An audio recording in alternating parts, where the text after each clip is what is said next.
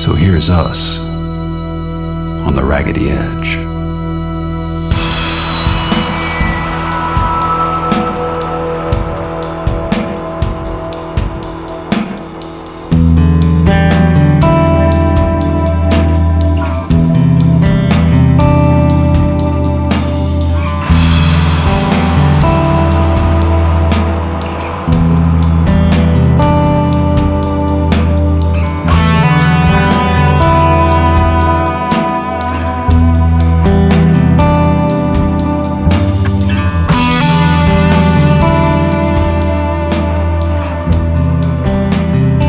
Welcome to episode 2 of So Here's Us on the Raggedy Edge.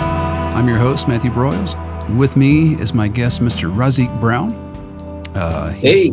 He does a variety of things, operates Curio Productions, which is that, am I pronouncing that correctly? You are. And sort of a all-around, is polymath a good word?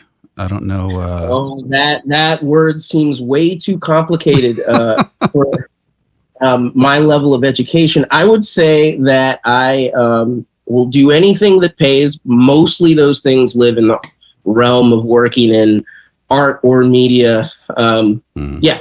Okay. That's I get that sometimes, like, because I do more than one thing, creatively. They're kind of like, oh, well, there's all these terms, like you get the Renaissance man, you get the dilettante is kind of what I like to use sometimes, gadfly, whatever, or just, too damn busy for your own good half the time. But so one of the things that you do, I know, is you produce something called Dark Trek. Tell the folks a little bit about that. So Dark Trek is a fan fiction tabletop role-playing game podcast that is an alternate Star Trek universe in which, I don't know, have you ever seen Star Trek Wrath of Khan? Oh, absolutely. Yeah, so it's a world where the augments it's a universe where the augments run everything. Oh, and okay. Yeah, and those augments happen to be mostly people from the global south, because if you ever look at like an old map of like I don't know how much Star Trek stuff you know, but if you ever look at a map of pre-World War III Star Trek, right, it's like they're the good nations in blue and the bad nations in red that Khan is in charge of, and weirdly it's like the entire global south. Right? Yeah. Well, yeah, and because I was thinking, I know at the time, like even the name Khan, it was sort of like a it was definitely non-Western, Yes. So that's the basic premise of that, and I've listened to a couple of episodes and thought it was very interesting. It's one of those things. So you and I occasionally occupy a similar space because I've started doing radio plays, and one of the things that is curious to me that I've found, I didn't realize there was quite so much audio drama out there. I knew there was some, but I really was not prepared for just how much there is out in that marketplace. And on the one hand, it's kind of exciting to see that there's that many people trying that. On the other hand, it's also a little bit intimidating because you're kind of like, well, now I have to find a way to poke my head up, in amongst all of that. But that's not anything I'm not used to, being a musician, because that's the same issue basically. And so that's kind of the crux of kind of why I wanted to talk to you, because whenever I get into conversations, now I'm of a certain age, and whenever I get into conversations with other musicians and other creatives, there tends to be a little more of an alarmist type of attitude towards things like AI and technology generally. But you are probably consistently the one on my socials who is the least alarmist and the least kind of knee-jerk, scared of all of that. And so I'm interested in kind of how you've found a way to work some of that stuff into what you're doing. Okay.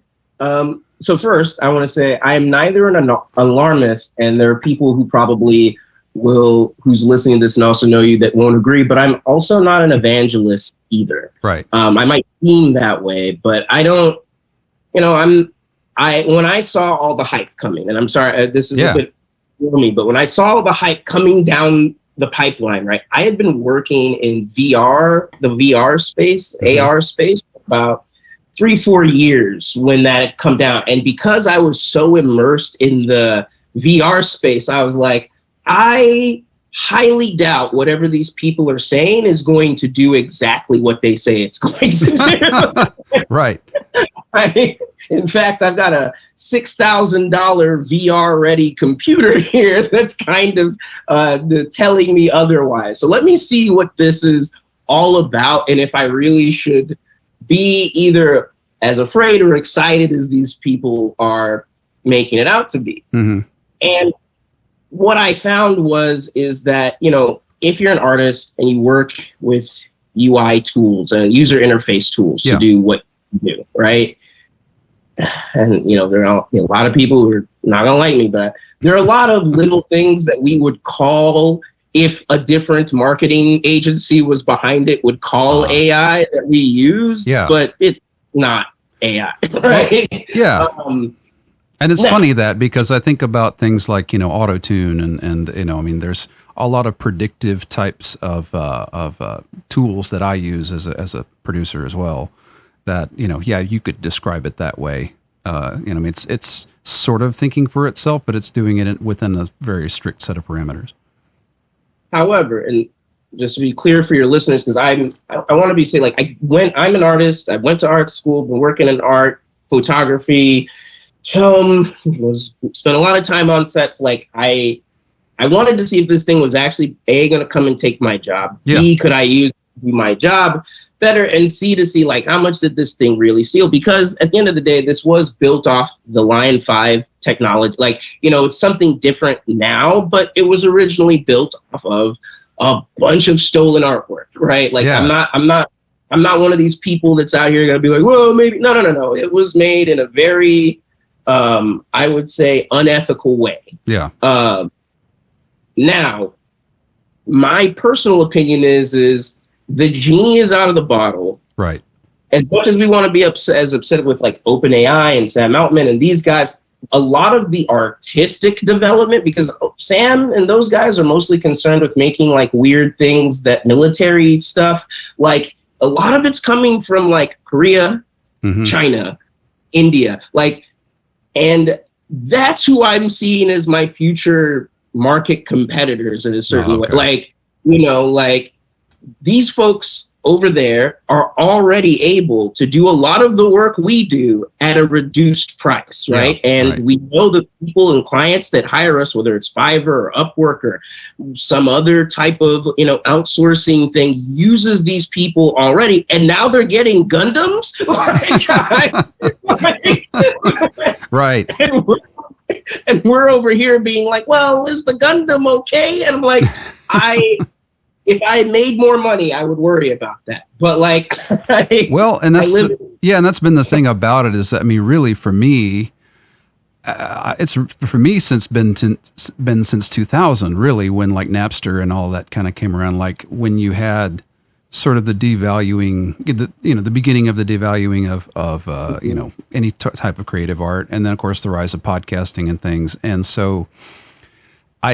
Nothing from nothing kind of leaves nothing, in a lot of ways. Yeah. And so, if, a lot of the alarm that I'm hearing is like, well, it's going to take our jobs. It's kind of like, well, but we kind of only barely have jobs anyway, So I don't know that taking that last little bit is going to do a lot, because a lot of the things that I kind of lean on to supplement all of that is things that can't be replaced, like, just playing live in a restaurant or whatever, But if you're talking about a space like say, like audio drama or whatever, that has to be sort of a patron fueled type of thing in order for it to make anything, really. And to be honest, Kirio doesn't make its money from, it makes its money making Dark Trek. It does not make its money from Dark Trek.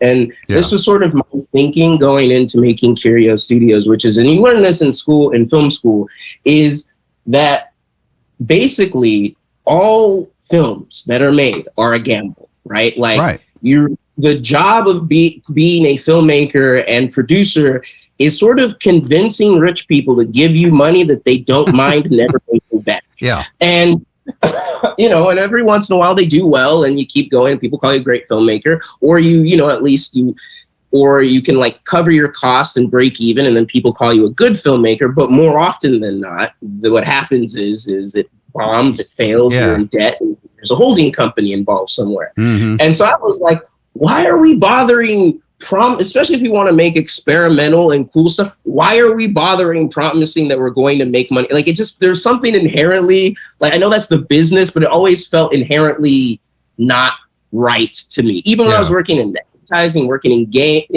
any kind of artistic field where I have to start like kind of telling people they're going to make money, but I don't know if the thing's going to makes me uneasy. Yeah, right? Absolutely.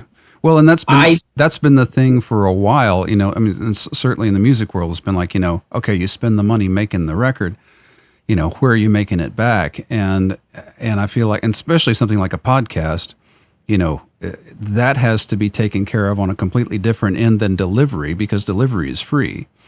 Right. So it has to be, and I, you know, I'm on Patreon, so I mean, I'm kind of trying to work that angle a little bit, and I know a lot of podcasts do that.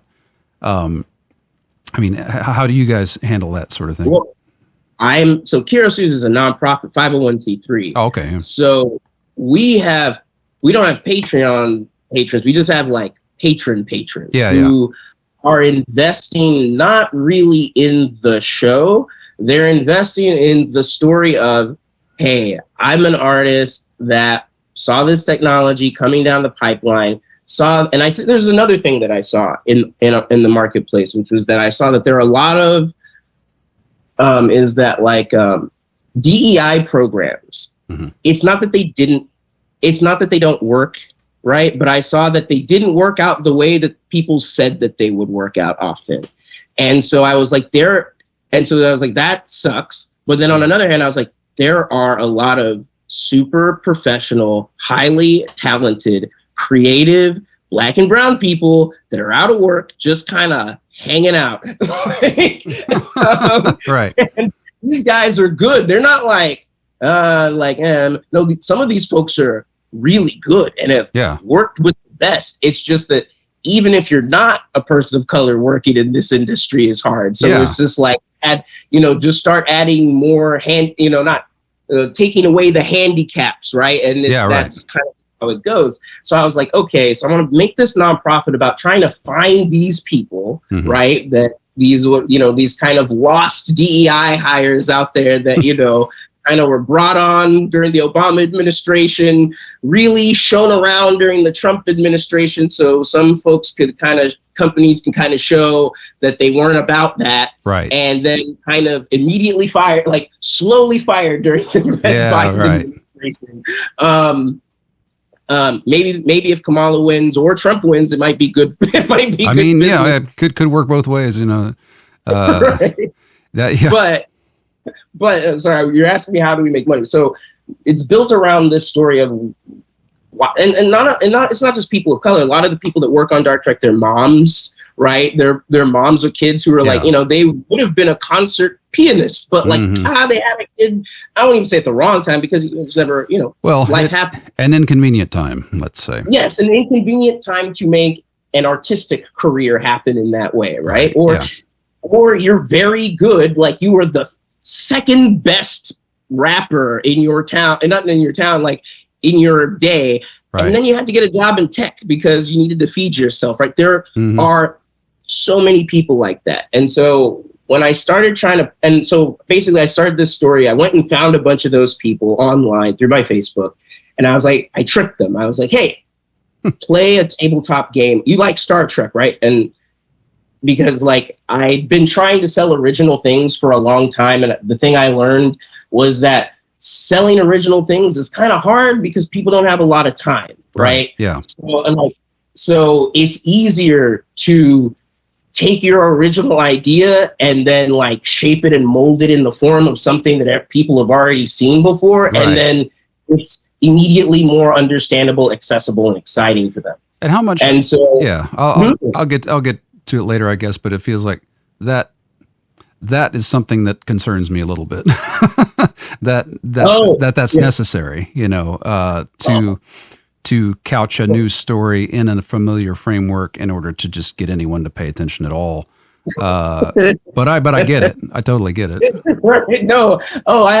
So one of the guys that writes for Thaddeus House, he is now, as of tomorrow, he's going to be an Emmy award-winning or nominated writer for a video game. Nice. Like I think, yeah, right.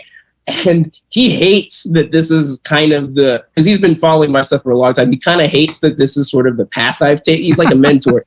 The path I've taken is that he's like, I've read your stories. I like them. And I'm like, yeah, I'm going to call it Zelda now. He's like, what are you doing? And it's not. And the thing is, it's more like before we get into that, sorry. This is free. Before we get into that. So I found these guys and I was like, hey, let's play tabletop. Let's just play a game, a tabletop role play. I'll record it and we'll see if I can make a show out of it.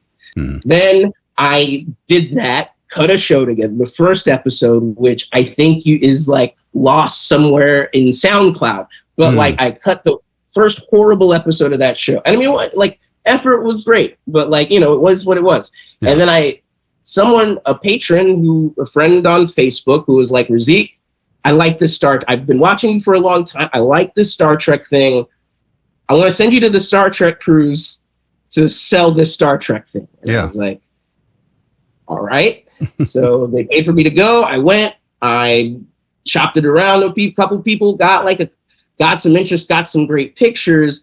And then that didn't bring in a bunch of fans from the boat because, one of the other reasons I wanted to work with Star Trek is almost every famous writer, science fiction writer, director you can think of has a lost Star Trek project. They made a Star Trek thing. So it's a place where you can fuck up and fuck around a little bit, and people will forgive you. Even the fans of the thing will forgive you, which is what I needed. If I was going to develop this team of people, right, I needed something that was easily recognizable so they didn't feel like they were being forced to work on quote unquote my thing. I made it a tabletop game so they could all feel like they had input, right? Because that's the other thing about working with artists is they're very wisely, artists are constantly worried about being taken advantage of. And they're constantly worried that their creative output, right, is being stolen from them on something that they could be working on. So I wanted to make I wanted to make a piece of work that felt as collaborative as possible to kind of edge away from that. So what happened was we made that first episode came out, took a bunch of great pictures. Then this other guy, Jeff Corcoran, he's like a Dallas businessman, startup guy, started up a whole bunch of companies, was like, hey, that thing you're doing, I saw it. And I think this is really cool. I want to be involved in this. And so then more resources started coming into the project. And then now the way my studio makes money is people listen to Dark Trek. And then they will go, wow, that's really cool. Y'all made that. Can you make a thing for me? Okay. Right. And so the people that work on Dark Trek, because nobody gets paid to work on Dark Trek. We will put them on, when clients come in, we will then put those people on that work. And what's actually worked out for me is that Dark Trek Works is like a great training tool. So like my co-writer, and I'm sorry if I'm just blasting. No, go. Yes, this is what I want to know. So my co-writer, right, on the show is a copywriter. Her name is Ruth Hinkle, and she's a ghostwriter and copywriter. So she's written a couple books for other people. She's written a bunch of websites for other people. None of it has her name on it, but she went into all this wanting to make original work and creative work. So I was like, hey, Ruth, let's make a writer's room. And the best way to learn, because I was working in a writer's room for a show called The Chosen at the time. And I was learning, actually I don't not have a job there. They're just kind of on hiatus, and we'll figure out what's going on with that. You know how that's how that goes. maybe I have a job, maybe I don't know. It's a fun, isn't the entertainment industry fun? Yeah. It's so fun. And so I was like, but the way to learn how to be a screenwriter is to write a season of a show, good or bad, right? Mm-hmm. And over time, you will get better.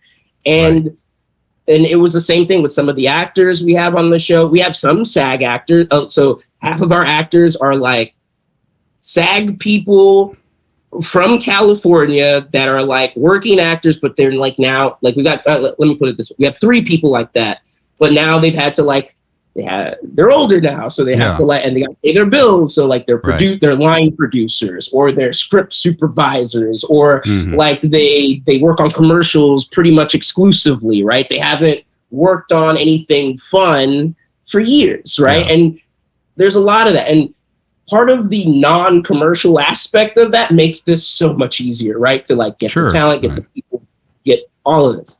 So that's how Curiosities makes money, is that through this combination of like, there are a lot of people who've seen our model and they're like, I'm interested in what a lot of tech people, right? One of the great things about the AI blowback was that a lot of tech people with money got yelled at by their friends who are artists and made to feel terrible. And so the fact that they can, so you're getting that. And the fact that they can come across a person who's like, yeah, no, it's just a tool. I don't like, it didn't take my job. Right. I'll use this. If I can give a robot to every Negro in the hood, I will. And that's kind of a clever dodge too, because then you're like, all right, well, I'm actually using this thing as a way to extract, production money from folks who think it's whiz bang, and which is that's a good angle to go at it from, I think. So much of the work we do is just plain straight. Like, so we use ChatGPT, right, to quote unquote write scripts. Now, someone hears that and goes, "Oh, clutch pearls!" This is what we actually do, right? So we play a full game we play a session, right? And if you've ever played D&D, anything like that, that's like 2-3 hours of content, right? Mm-hmm. I'm not interested in making people listen to me play Dungeons and Dragons for 2 hours with my friend. Although there are podcasts for that, but there are podcasts for that, right? And it works better when you either have a group of super experienced players or you have a group of super experienced actors who also like playing D&D. Sure. I was coming in with a group of my friends who like me and are very skilled, but so half of them, only 2 people have ever played a tabletop role-playing game. Most of them were aware of it from like media because it's kind of popular now, and they're like, this is a cool way for me as a middle-aging person to hang out with adults from my house and drink in my house. Which is very valuable. So 2 hours, we record all of that, and then we let an AI transcribe all of that into words.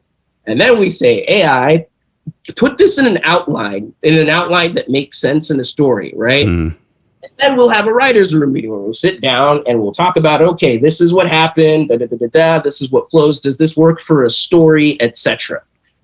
So then one of 2 things, depending on the writer, right? And the day and how we feel, one of 2 things will happen. If Ruth or I feel highly creatively inspired, we'll just start and this is how we'll just look at that outline, and then we start writing our first horrible rough draft. Right?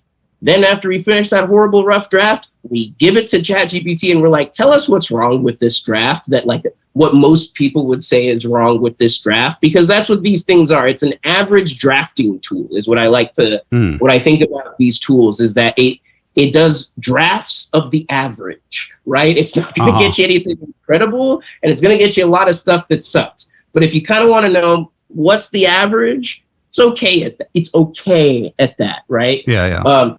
Or qualify. So we'll give it to that and we'll say, hey, tell us what's wrong with this. Give us suggestions based on Dan Harmon's story wheel, how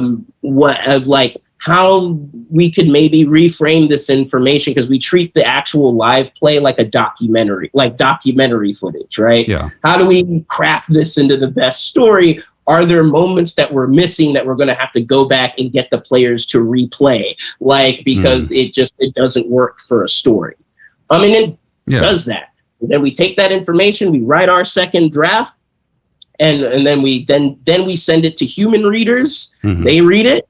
They give us all their input, right? And they give it to us a lot of emails. So then those emails go to a Excel sheet, and then we say, AI, read what did everyone say? What did everyone say about this and how it needs to be fixed? And it'll give like very great, like, summaries of like everyone's emails and like what needs to happen and where, right? And then we'll say, okay, compare that to the draft and tell it, and give us a roadmap. And then we'll write the third draft by hand, and then we give it back to the AI to do, grammar, spelling, etc. Right? Now, someone might look at that and say, "Well, you're cheating," but I don't know. I feel like kind of what you're talking about, what you were talking about earlier, where what we know, because I've been in the technology space a bit, and what we know about where supposed AI is right now. Like, it's not going to be able to do all of that, what you just listed by itself. Well, no, right? It can't. It can do it, but it's not going to be great. It's going to be middling in the same way that when people say, write me a song about this, and this, like it'll do okay, but it's not going to create anything Grammy worthy, really, And now that to be okay. Yeah, go ahead. I was going to say, now what AI did help me and a ghostwriter do, and we did have some help. We had like some other writers that hopped in on and off as the project went on. We wrote a 15, 30-minute episodes in about a month and a half. Oh, wow. Right now, these were first drafts, and like the thing is as we did that so that like, as each episode comes out, we could give them those scripts time to mature, work, as people do table reads and things, we can kind of work them out. But like, that is hard to do. Yeah. Oh, yeah. On a 10-minute cartoon TV show, which there is 12 episodes, and I was working on that thing for like, a year, almost a year, right? Week to week. That's pretty impressive. And again, that's two people working for free. Well, right. And that's I guess what it comes down to is sort of like, your bang for your buck, because a lot of what was going on, like with the writer's strike and all of that earlier was, the thing you're describing, the end of it that was being handled by the AI. I think a lot of the writers were concerned that was going to be most of it, that they were just going to turn it over to the computers to write the episodes and things. And then there's also, of course, the compensation issue, like, like how do we know which, how, if so much of it is being done electronically? I don't know if you were involved in any of that. I do know. Do you know how the Writers Guild, where they fell down? Because I can tell you, because I like to teach this to people when they're like, you're using AI. I'm like, no, we use AI because we're talking to SAG right now. We're talking right. We have SAG actors and we want them to be able to work on this thing. So we have to be SAG compliant. So we use AI sometimes to do some voiceover stuff, and we use it to do And so we need to make sure that we're compliant with the Writers Guild and SAG. And so what the Writers Guild said was, AI can't write shit. A writer can use AI to do whatever the fuck they want, but like, it can't be credited to the robot because the robot's not a person. Right. So like, well, and the concern then was that, well, if we have this thing to augment it, then we don't have to have, our writers' rooms don't need to be as large, right? But what you're saying is that's not necessarily the case, at least with the way you're doing it. Well, there's that, but then there's another thing with writers' rooms in Hollywood and this was the other thing that they were actually striking about, was that these guys are already pinching pennies before the robot even showed up. The robot sort of like was like, honestly, I feel like the robot in all situations until I see fucking Hal roll out and like have a real conversation and do some shit. To me, it's just it's a scarecrow that like businesses like to throw up when they're gonna like fire people anyway as Right. part of the like season. You've worked in tech, it's a seasonal, right? Like this year, like the past 2 years, their bullshit has been, oh, we'll find robots to replace you, but all the people working on it know it can't replace anyone. And I think they're worried about like the Walmart checkout line situation, right? You know, where it's going to be like, oh, you know, we're just going to replace all the checkers with this. But I think that when you're talking about a creative pursuit, it's often not quite as simple as that. It's not, and I'm sorry, I lost her. I have a little bit of ADD, so forgive me. All right, no, go ahead. What was going on in Hollywood were these things that they called, and now the word escapes me, but they're like mini rooms. But basically, what it would be, and I was in one of these once.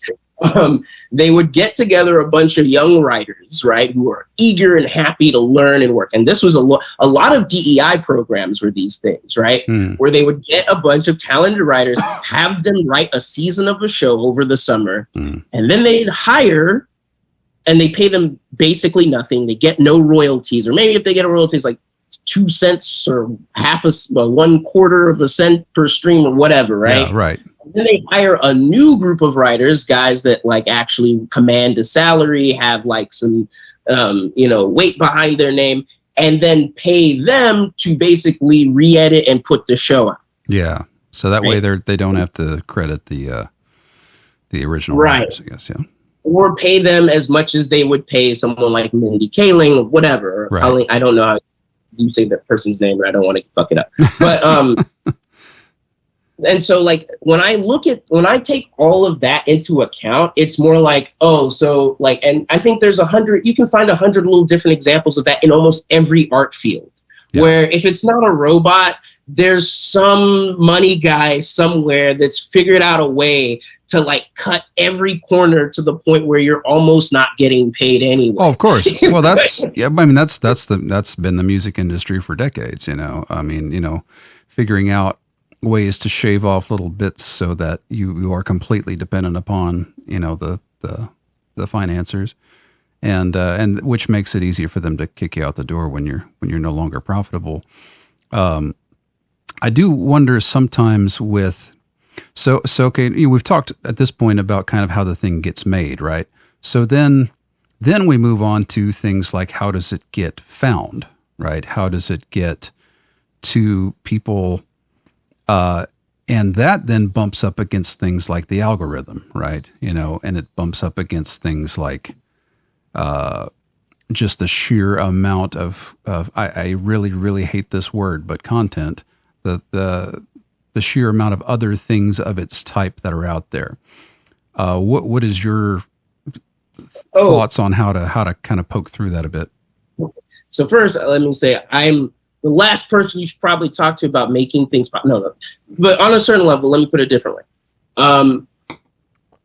Dart Trek is partially my experiment in how do you do this? Like, how do you sell things? How do you sell things to people anymore? And I want to put this in a broader context before I talk about my thing. Yeah. So like, I was the same week, I think it was in a 2-week period, right?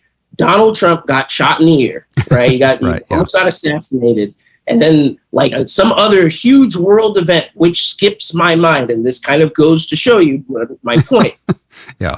But the times we live in. Deadpool and Wolverine came out the following week and basically eclipsed even the president's. Like the president was like, the ex-president was banking on him getting shot in the ear to kind of take him there. I thought he was going to be president for sure. Right. Then Deadpool and Wolverine came out, and I completely forgot that someone tried to kill the ex-president. Well, and then very shortly thereafter, Biden dropped out. So I mean, you know, so it was kind of like, just the thunder just went right away. But I think also it has to.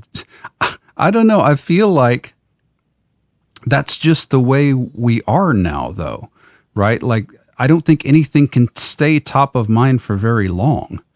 Well, but what I would say, sorry to interrupt. Yeah, no, that was my whole thought, but yeah.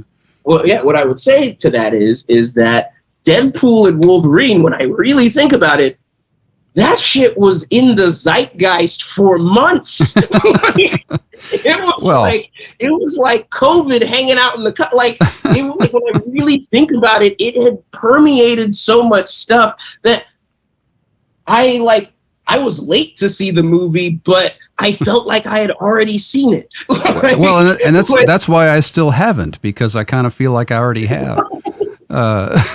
Which I run that. I have that problem with like movie trailers and online discussions anyway. It's like it's impossible to avoid getting the whole damn thing before you even step it through the theater door.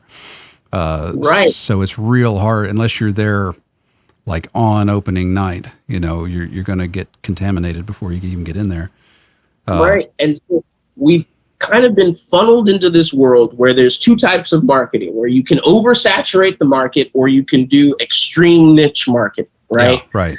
And with podcasts specifically, sort of, so I don't go all Trumpian and forget the point, is like what we're doing with Dark Trek, what we found, right? Because, man, analytics, let me say, analytics are the worst thing to ever look at as a creator, especially when you're starting.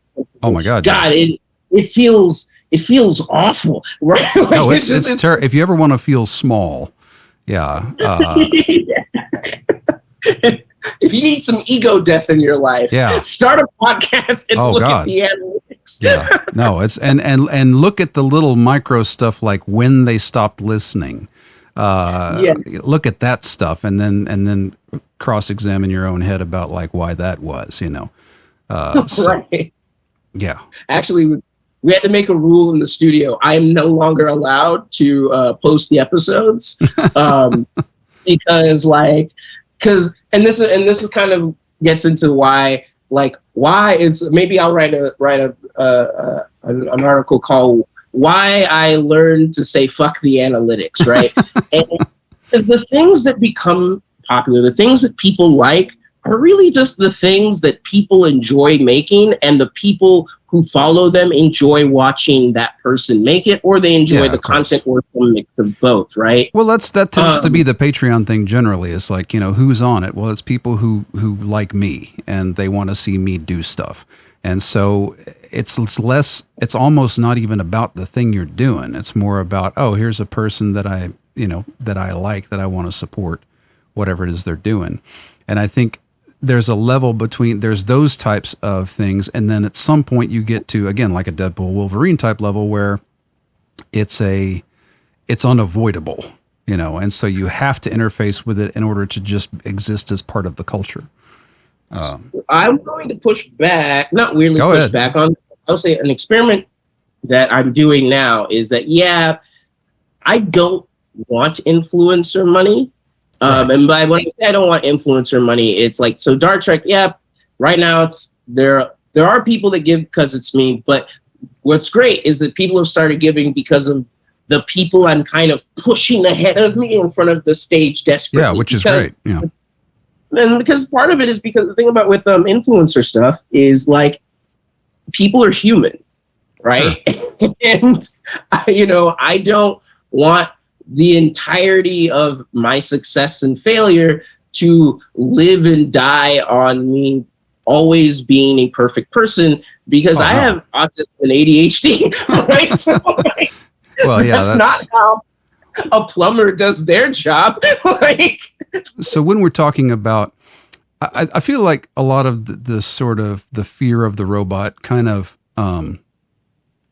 it stems from people feeling more and more dehumanized generally as we're sort of in this economic moment that we're in, where a lot of people feel like, and not just people in entertainment, people who are, I go to the CVS down the street, and there used to just be checkers, and now there's all these automated checkouts, and they've been able to lay people off because of that. And I've had many jobs that I've had 10, 20 years ago that no longer exist because they automated them. And so I feel like there's a cultural anxiety, generally speaking, about machines entering the workspace, in a more independent way. And so I kind of understand that, somebody had the meme of like, well, I thought we were going to get the machines to do the crappy jobs so that we could do the fun, creative jobs, and it almost seems like it's kind of going the other way. But as you were talking about, if it's ever going to like take over, it's going to be a ways from now, because we're not there. And to be honest, the best AI tools, the ones that we use in house that actually work and are useful, they just do the crappy jobs in art that you don't want to do. Well, right? and that's true. Well, and when you talk about something like, editing for grammar or something like that, that's not a terribly creative thing, but it's a thing that, that is necessary. Yes. Now, there's some guy who's going to listen to this and be like, well, you have to understand that the blah, blah, blah, blah, blah, and that you're cheating. And that person might be right? But the way that Ruth and I look at it is we get paid to write words on time. That's what the job of writing is for us at our level. Someone asks us to write a thing. We have to turn it in on time. We got to get words on the page. We can't wait for the muse to come to us, whatever, right? And that's sort of what Dark Trek is a practice in. It's like, we want to make commercial art. The way that you make commercial art is that you work with a team and you put out work on time. Can we do that? Right? Yeah. And through doing of that, we will get better at it. And to be honest, yes, so let me give you a reason of why Dark Trek works in the way that we need it to. Mm-hmm. Ruth has had a meeting and is going to have another meeting with the current executive. We both had this meeting, but my secret hope and wish for Ruth is that they get a job with this person, but is going to have me with Aaron Watke, the executive producer of Star Trek Prodigy. He listens to the show. Okay, nice. Right? And so when you ask about getting it out there, it's like, do you need to get it out to 500,000 people? Or do you need to get it out to the right 20 people? Right? What's the goal of your podcast? Is the goal of your podcast to make money as a product? Is the goal of your podcast to be marketing for your other enterprises? Or is the goal of your podcast to be a portfolio piece? Depending on what the goal that you set for yourself is, failure and success can mean a lot of different things with that type of art product. And the two things that the internet rewards, one of the things that the internet always rewards is longevity, right? So part of your goal is once you start making online content, because the majority of podcasts fail after their third episode, is being able to stay on. So being able to make a thing at a production level resource that you can keep doing it for a year, 2 years, right? Yeah. And then also having enough content that lives on the internet. So even if it doesn't, and it might not pick up this year. It might pick up 5 years from now. But it needs to exist in a complete state for it to be able to go anywhere. And I kind of feel like that's sort of a thing that is traditional TV is struggling with a bit now. Shows are getting canceled after one season, left and right. Mm-hmm. Whereas in the past, you could get something that was allowed to gestate for a few seasons before they decided to pull the plug on it. And that I feel like that's a space where a podcast can actually it doesn't really cost you much to just make it and put it out there. So that, when 4 or 5 years from now somebody stumbles on it, there's a body of work that they can go through to kind of see, because with something like a TV show, if you don't catch it in the one season that it was on, that's just kind of it, and there's not a continuation of it.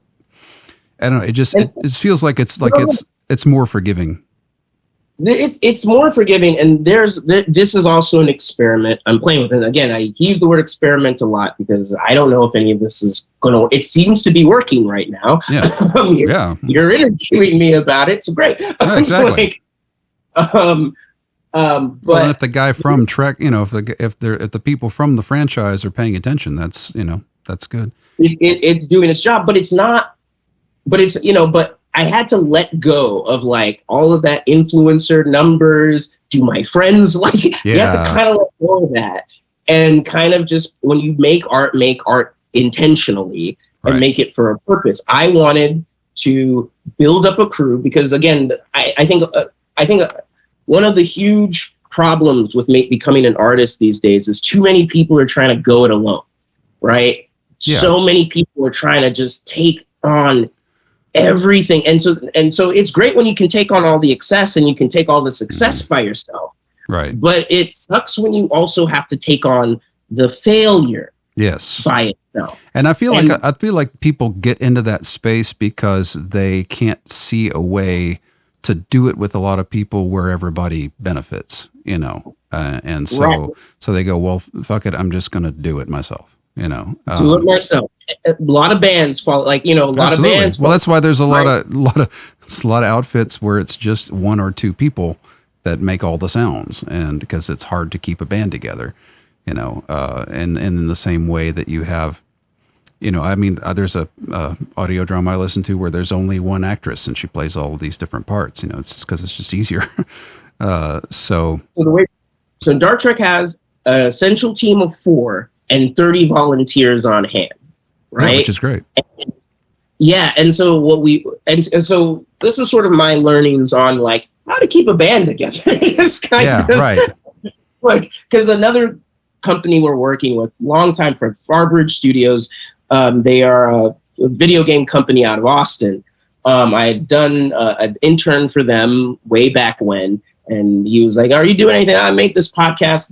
The head of the studios, I made this podcast, and then I heard from him a couple weeks later. He's like, "I listened to the entire thing. This is amazing. How much is this costing you?" I'm like, "Oh, we're doing it for free." And he's like, "How are you getting all these people to work for you for free? I have people I pay, and they don't do the things I do stuff like me on time." And I was like, "Oh, that's such an interesting question." And then 2 more producers joined on to kind of help, and they were like, "Your show, we can take it or leave it. What we think is amazing is that you've got all these people have been working on this for how long? 8 months, and no money. What is this?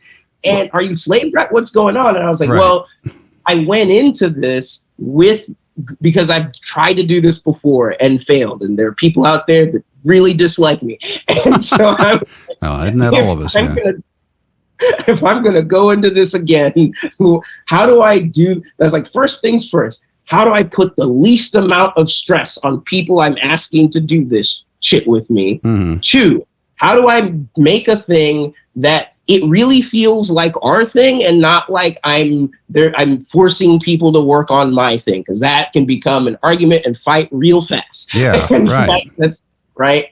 And so then you're giving them a stake. You're giving them a stake. Yeah. How do I make people feel like they have a stake? And then what we call it in-house, we call it the spoon system.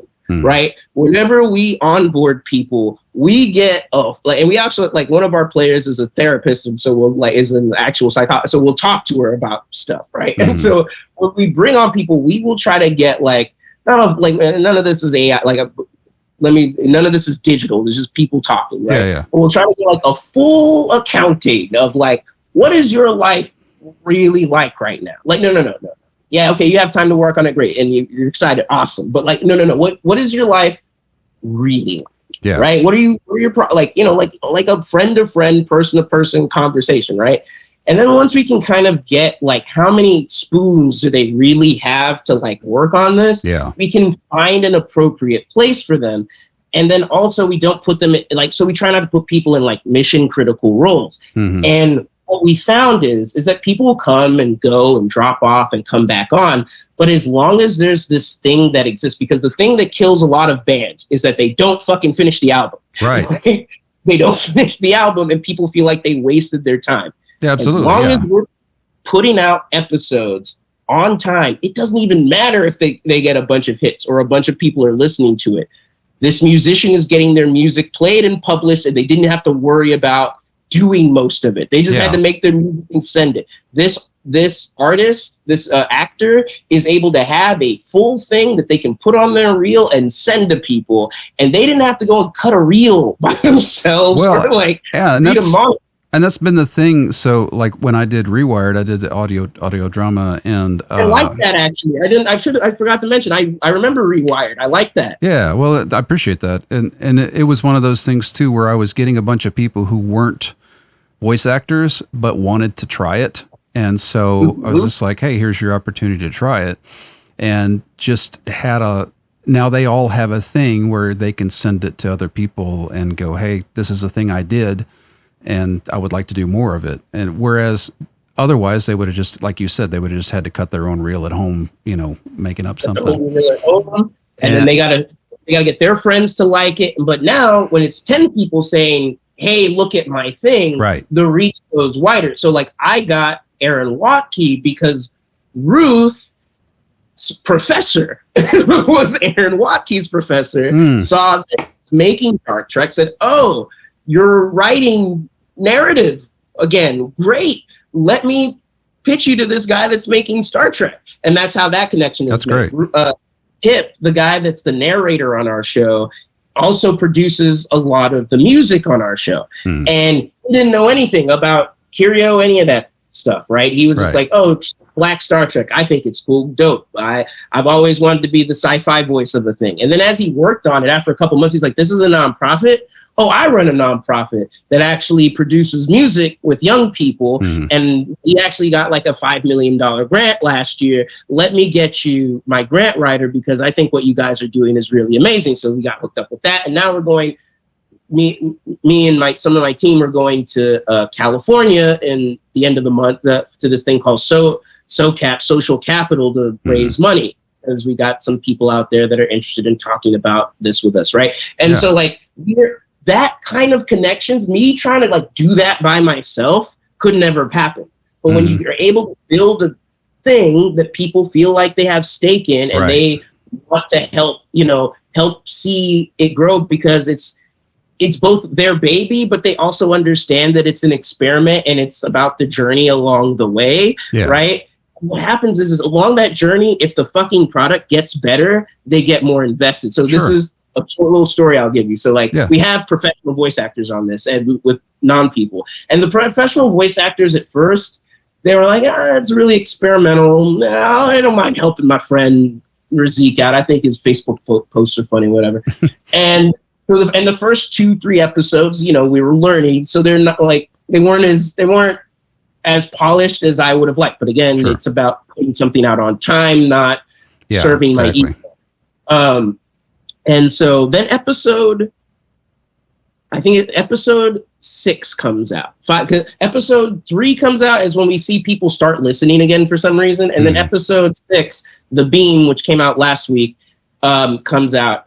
And I don't know what happened, but basically all my actors called in and were like, hey man, listen, if you need me to come back and reread my lines, please don't hesitate. Do not, please. I was like, what's going on? Y'all didn't really care before.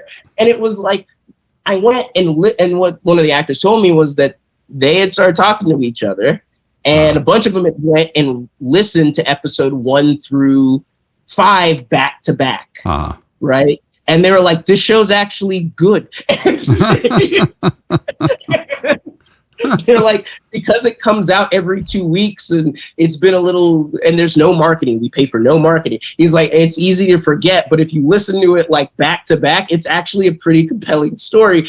We don't want to sound bad in it. Well, and that's the deal about it, is that, I thought about that as I was putting Rewriter, because there is definitely a quality. It gets better the longer it goes, because I started figuring out what the hell I was doing. But I didn't want to go back and be like, well, just, redo all the previous episodes. That's like going back and redoing your first album again. It's like it kind of needs to stand as a marker of this is where we were at, when we were doing this. And, but I definitely understand the impulse to be like, can we just go back and fix all the stuff we fucked up in that? We did. I don't lie. We did go back and redo our first episode. Yeah. Now, so that's what happened, because we're talking like, so with the narrative podcast specifically, you got to think a little, it's like, okay, so we don't have the tabletop playing audience something like Critical Role has, right? And I don't know enough nerds that would just want to follow me on that alone, right? Right, yeah. And then also, it's the first episode of not a Star Trek, like, it's different enough from original Star Trek that it's kind of can be its own thing. And people who are big we found through our analytics that most of our fans are general like space opera fans, Like they're not fans, not specifically Star Trek, but just not specifically Star Trek, right? Which is interesting. And so what we found out of that was that, like, and so when we looked at that, we were like, okay, we need to give the best first episode we can. We're not going to go back and redo, like, crew is like, we want to put our best foot forward. Mm-hmm. We're not going to go back and redo episode 2 or 3. And I currently, if you listen to all the episodes, you'll hear it from me. Everyone on crew agrees. Episode 2, out of all the episodes that are out, not the best, but it was because crew was going to murder me if I went back and tried to rewrite the episode. But they were totally on board for going back, and we replayed episode 1, right? And then we did the thing, and then we rewrote it. Yeah. Well, and that's and again, that's one of those creative decisions you can just, and one of the great things about podcasting generally is that there's so much of that's in your control. Rather than having to please all the various investors and things of that nature. No, I just got to please my players and my players. And that's what's been fun for me, right?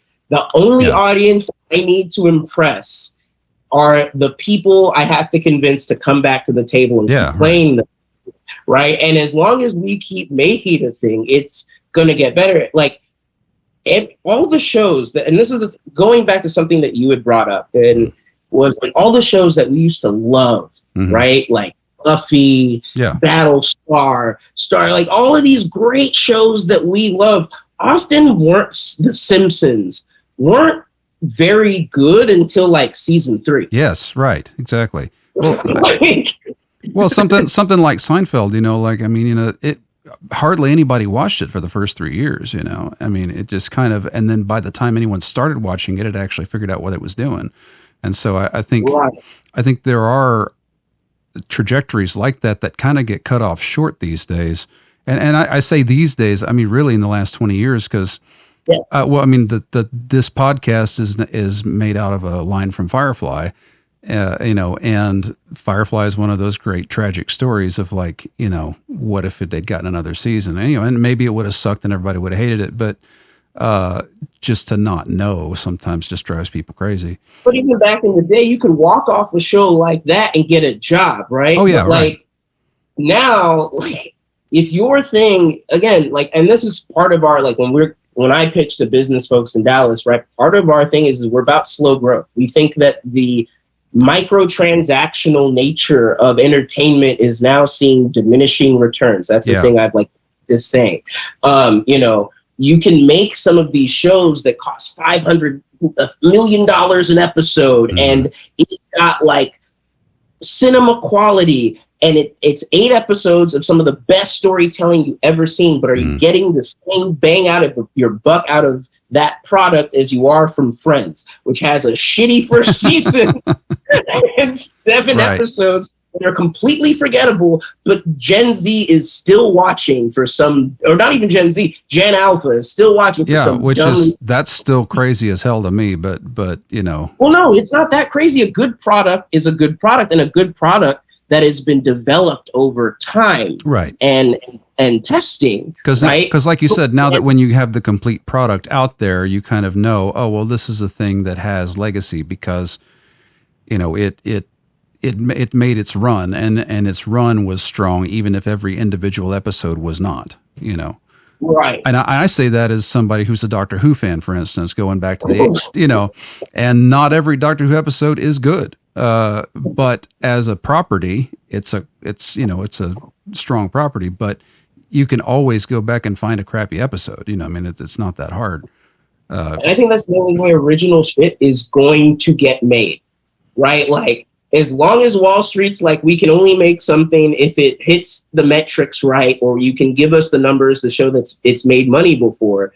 You, as artists, we have to start creating the spaces, and that's what Curio and this experiment is about. Is like, how do we create spaces to give artists runway to fail? That's our other big buzzword. And I saw you posting about that phrase, which I feel that's an important concept of allowing some room for failure Lots of room. Yeah, right. Because it happens. It happens, and it needn't be fatal. Failure needn't be the thing that just kills a show or a career or anything. Like it was, you tried it and it didn't work. But it doesn't mean you're done. I don't. No. The two examples I like to hold up as a writer, right? Because we all, as artists, we all have those dark days where like, wow, I'm an idiot. Yeah. Oh, that happens all the time. Yeah. Right. But there are two writers I like to look at.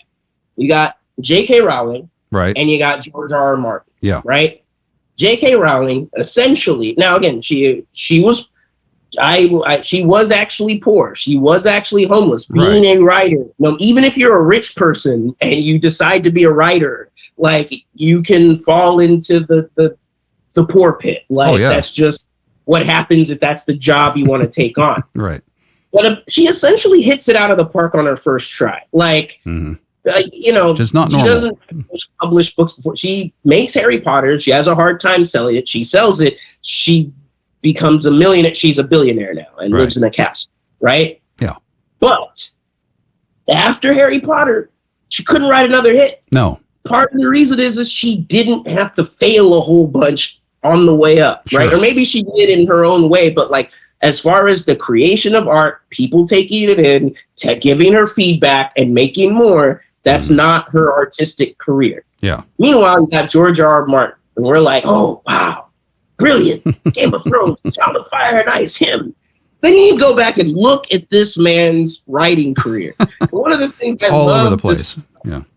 all over the place. One of the things I love to say about George R.R. Martin is that he has an original show that failed twice. It's called Night Flyers. He tried it in the 80s, didn't work. Tried it again in 2012 with like shooting the whole thing on DSLR. It was on Sci-Fi, failed again, right? Like, and that was a 20-year period. In between that, he's writing all sorts of shit. He's writing whatever people will pay him to pay. For a while, he doesn't even get paid to write. He's a professor, right? Mm-hmm. So when people are like mad at him that he hasn't like finished A Song of Fire and Ice, it always needs to be taken in the perspective of he started writing that book in the 90s. Yeah. Right? Right. It became a famous TV show in the like 2020s, right? Or to late 20-teens. Yeah. Right. And so you're basically, imagine being asked to go back, and it was like a project he essentially didn't finish. Imagine like something you half finished and put out there and has like a following, but not enough to like feed you,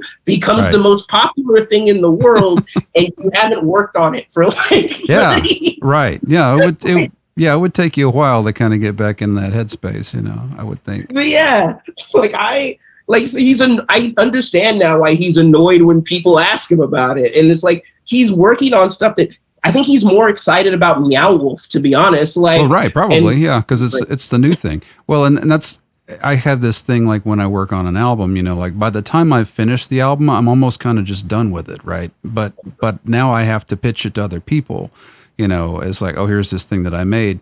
Whereas while I'm working on it, it's the most exciting thing in the world to me, But then as soon as I'm done, I'm like, okay, what's next? What's next on the burner? And that becomes the most exciting thing.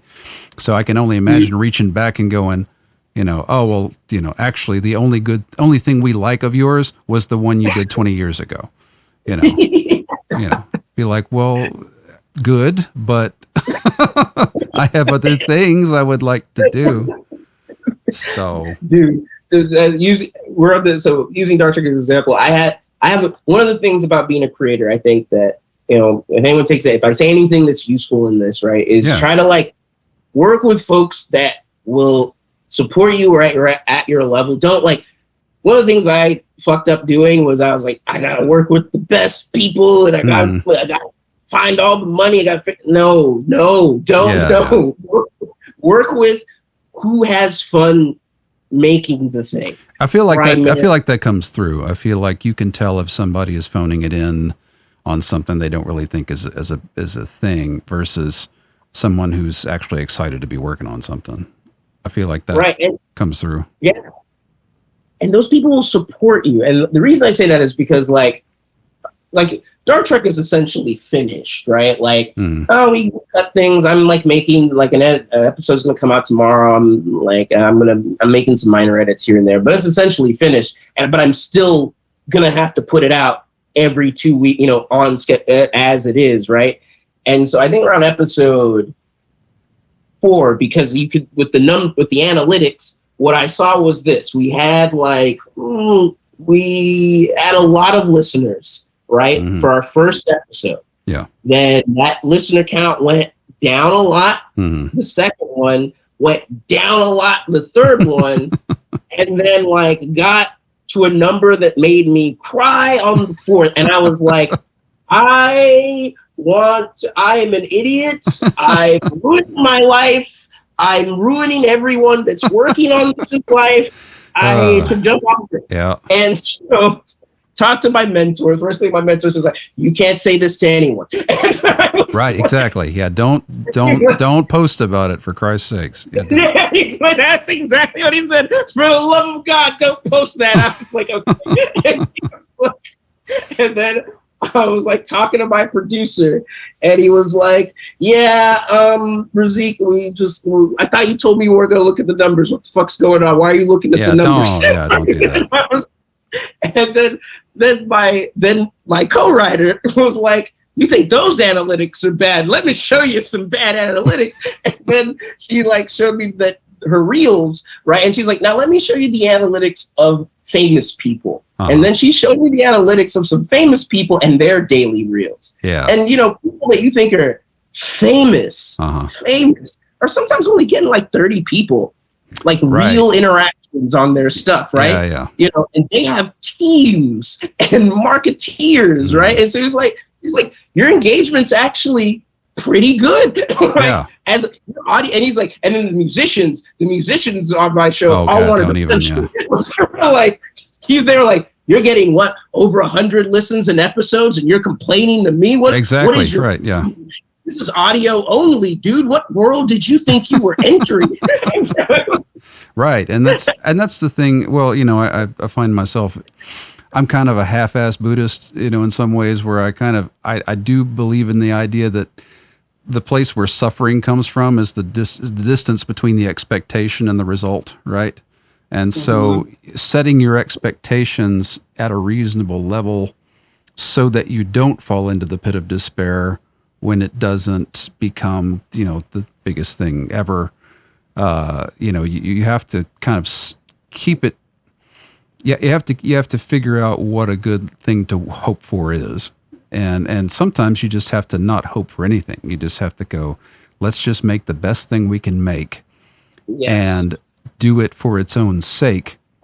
And if it is good, then there will be people who appreciate it. And as you said, even if it's only the people who are working on it, but they will be proud of it, and they will be able to show it to other people as something that they have done.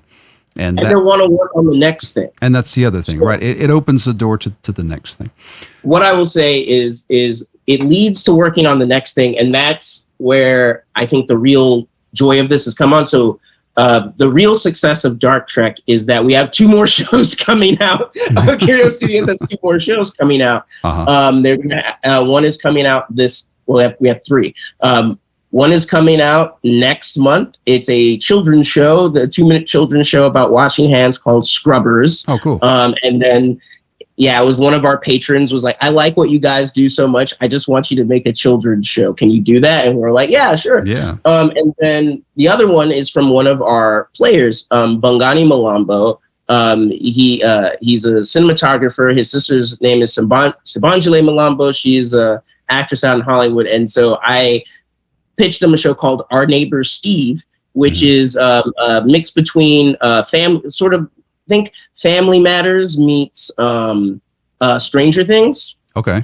And he was so taken by this idea. He's show running that, and he's got his sisters involved, and that goes and that's where the real success for me on this show has come. Is that I was able to start making this dumb fanfic thing because I just needed to get people who I knew were good at stuff to just kind of trust me to be able to make a show. Yeah. And then once I could prove that to them, they were like, "Oh, we want to make more shows. Maybe not this, but more things." And that was but the real goal. You at least got them in the orbit, right? And that's cool. I'm glad to see, because I was curious about that, about, like I say, other shows coming out, and so if that process has already started as a result, I think that's a pretty good indicator that you're doing the right thing there. So where on the internet can they find your work? You can find Dark Trek at www.darktrekpodcast.com. Okay.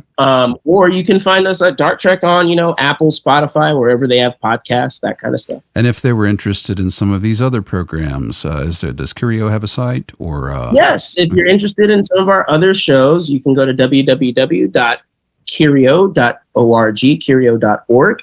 And that is spelled KIRIYO. Okay. Curio.org.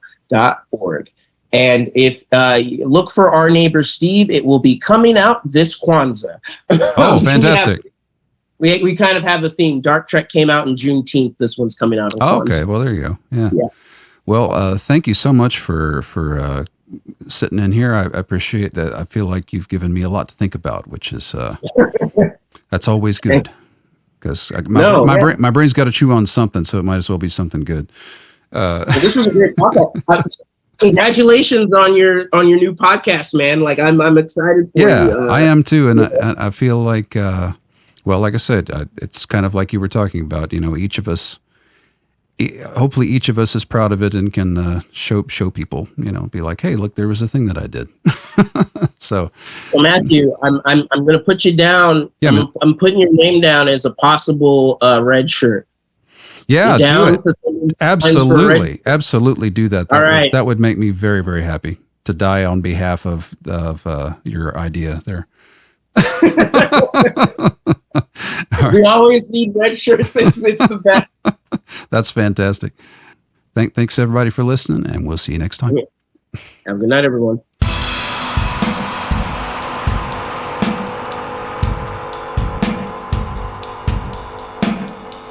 This program is brought to you by Naive Media.